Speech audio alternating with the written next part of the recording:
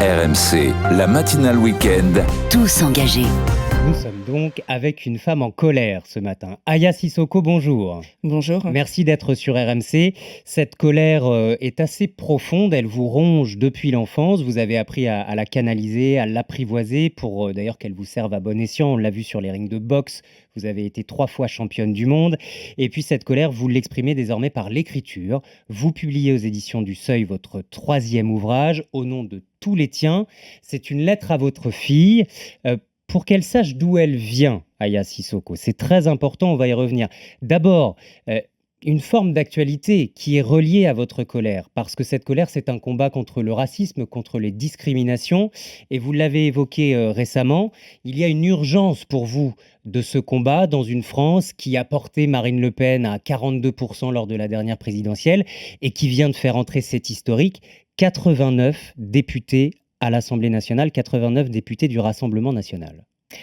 Effectivement, c'est un combat contre le racisme, contre l'antisémitisme, parce que ma fille appartient à une double lignée, celle des Juifs ashkénazes qui ont fui les pogroms en Ukraine, et celle de guerriers, de guerrières bambara qui ont connu la colonisation.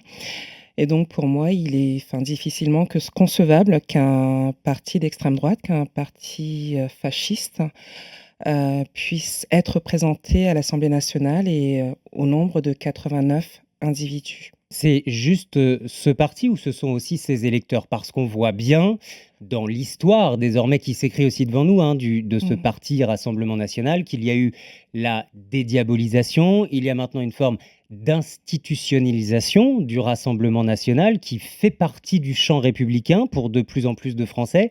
Est-ce que c'est ça aussi le signe de ce que vous appelez le racisme structurel en France? On s'habitue. Effectivement, on s'habitue parce que même celles et ceux qui se revendiquent de partis républicains reprennent des thématiques d'extrême droite. Des lois problématiques sont votées. La préférence nationale? En tout cas, la préférence nationale est un sujet qui revient de plus en plus. Et donc, pour moi, tout ça est inadmissible. Le Rassemblement national, le Front national, parce que je n'accepte pas effectivement cette volonté de rompre avec cet héritage, parce qu'elle aussi a une filiation qui est la sienne, qui parle et qu'il ne faut absolument pas oublier. Et c'est pour ça que je parle aussi de mémoire dans cet ouvrage, cette mémoire qui doit nous servir pour construire aujourd'hui et pour construire demain. Et on ne peut pas construire justement en niant la réalité de ce qu'a été, de ce qu'est ce parti. C'est parce que on oublie un peu trop facilement que justement ces partis, parce qu'il n'y a pas que le Rassemblement national, mais ces partis d'extrême droite aujourd'hui gagnent en nombre de voix, en nombre d'électeurs de scrutin en scrutin. Déjà, il y a ces partis d'extrême droite, il y a une réhabilitation de ce parti, de son histoire, de ce qu'elle a été. Il ne faut pas oublier aussi qu'à un moment donné, il a été question de réhabiliter Pétain. Et ce n'est pas que le Rassemblement national qui a été porteur de ce sujet. Il faut véritablement s'inscrire dans l'histoire. On ne peut pas comprendre effectivement les différents mécanismes, le levier qui commande aujourd'hui, la politique aujourd'hui, si on fait l'économie de cette mémoire. Et c'est ça aussi que je rappelle dans ce livre. On a aussi vu, et en vous lisant, on s'en rend bien compte que finalement ce racisme n'a pas de frontières. Vous parlez de racisme institutionnel, de racisme structurel en France. On l'a vu à l'occasion d'ailleurs de la nomination de Pape Ndiaye, le ministre de l'Éducation nationale. On l'a aussi vu ces tout derniers jours quand Rachel Keke, femme de chambre, noire, entre à l'Assemblée, nouvellement élue. On a entendu à la télévision, heureusement qu'elle n'est pas venue en boubou. Et là aussi, je trouve que ça fait écho à votre livre, Aya Sissoko. Effectivement, il y a une parole raciste qui s'exprime de manière très très libre, sans véritable garde-fou. C'est violent pour celles et ceux que ça pointe du doigt, que ça stigmatise, que ça réduit finalement à rien. Il va véritablement falloir rompre avec ce postulat parce que ça ne présage pas de quelque chose de bon. Quand je dis qu'il y a un lien avec votre livre, dites-moi si je me trompe, mais quand on entend de Rachel Keke, heureusement qu'elle n'est pas venue en boubou, j'ai l'impression que c'est aussi des choses que vous avez pu entendre de votre mère. Enfin, moi, c'est des choses que j'ai entendues, mais c'est vrai qu'effectivement, il est question oui, de racisme dans cet ouvrage, mais il est aussi question véritablement, en fait, de mémoire, enfin, comment celle-ci se transmet de génération en génération, pour que les enfants, enfin, en tout cas, pour que ma fille, finalement, enfin, garde en ligne de mire cette nécessité à ce que tous les hommes restent des hommes. Et ça, c'est en fait, c'est véritablement aussi un message aussi d'espoir, enfin d'espoir parce que pour enfin des individus comme moi qui avons connu le pire, c'est-à-dire, en fait la mort brutale, enfin dans un incendie criminel, par par des individus qui se réclamaient d'un groupuscule extrême droite En en 1986, 1986. votre papa va décéder. Enfin, ils vont être tués dans un incendie criminel revendiqué par un groupuscule d'extrême droite. Donc pour celles et ceux qui, comme moi, ont connu le pire, au fait, il nous est insupportable, au fait que, oui, que celui-ci puisse ressurgir d'une quelconque manière que ce soit. Vous lui dites, hein, d'ailleurs à votre fille, Billy: «Deviens quelqu'un ma fille, mais n'oublie pas qu'on ne peut pas devenir quelqu'un sans dignité, sans considérer les autres». Cette, valeur, cette dignité, vous la reliez aussi beaucoup à votre mère. C'est votre mère qui vous a transmis cette dignité. Ça s'appelle, Dambé, c'est ça? C'est exactement donc ma mère est la dépositaire, au fait, d'une culture bambara donc elle nous a transmise, à mon frère et à moi et que j'essaye moi aussi de transmettre à ma fille.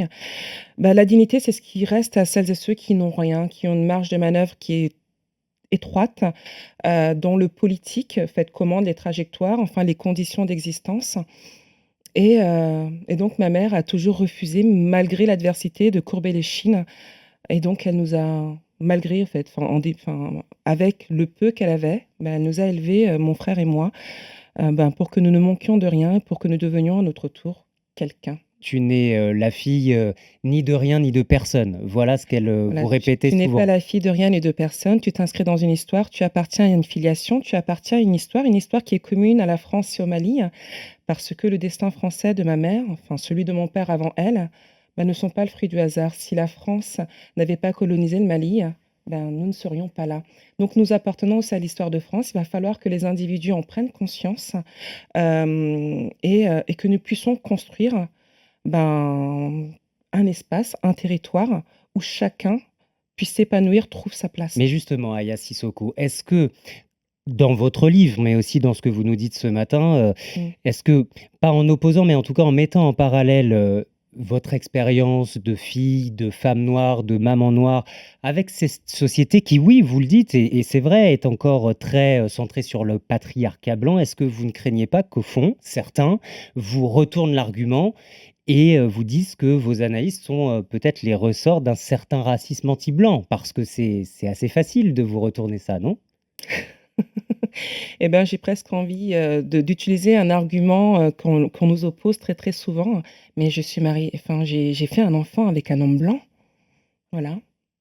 Non, mais c'est ridicule, enfin, c'est un argument qui est ridicule, Mais qu'on entend encore et qui est le témoin oui, de ce que vous décrivez, c'est-à-dire ce racisme diffus. mais c'est la raison aussi pour lequel je dis dans cet ouvrage: «Lisez, apprenez de votre histoire et vous arrêterez justement, en fait, de nous opposer, enfin, ce type d'argument, en fait, qui ne oui, qui n'a aucune justification, en fait, rationnelle».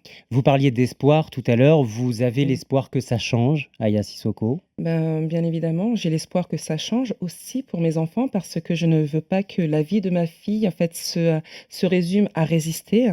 Je veux qu'elle puisse s'épanouir en France parce qu'elle est française, parce que je le suis moi aussi. Hem Surtout, en fait, oui, je veux qu'elle trouve sa place. En fait, on ne met pas au monde un enfant, bah, oui, pour qu'il résiste, pour qu'il ait à souffrir juste du fait de sa couleur de peau. Et est-ce que cet espoir passe, Mmh. j'y reviens, par exemple, l'élection, d'une femme de chambre noire comme Rachel Keke à l'Assemblée? Est-ce que pour vous, ça, c'est un signe d'espoir? Bah, en tout cas, le symbole est fort, hein. Ma mère aussi était femme de ménage, et donc voir cette femme arriver à l'Assemblée nationale, Bah, c'est quelque chose de formidable. Maintenant, j'attends de voir. J'attends de voir parce que, voilà, les symboles sont importants pour nos enfants, pour qu'ils se disent que c'est possible, que qu'elles et eux aussi peuvent y arriver à force de travail, à force de conviction, de détermination. Mais voilà, j'attends de voir ce qu'elle fera, au sein de cette assemblée. Les actes, Les après le actes toujours. symbole. Et vous-même, vous engagez en politique, vous y avez déjà songé? Mais d'une certaine manière, je fais de la politique parce que je suis sur le terrain. Ça aussi, c'est quelque chose que je dis, enfin, dans le livre, c'est-à-dire, apprendre, est quelque chose d'important, en fait. Apprendre à travers les ouvrages et cetera, c'est important, mais si ce savoir, on ne le confronte pas à la réalité du terrain, beh, ça revient à ne pas savoir grand-chose, finalement. C'est-à-dire que la vérité, c'est aussi celle des hommes du quotidien, enfin, d'hommes, de femmes et d'enfants, ce qui nous permet d'avoir une analyse beaucoup plus fine des réalités quotidiennes, de celles et ceux qui n'ont jamais voix au chapitre. Aya Sissoko, au nom de tous les tiens, c'est aux éditions du Seuil. Merci beaucoup d'avoir été avec nous ce matin. Merci à vous.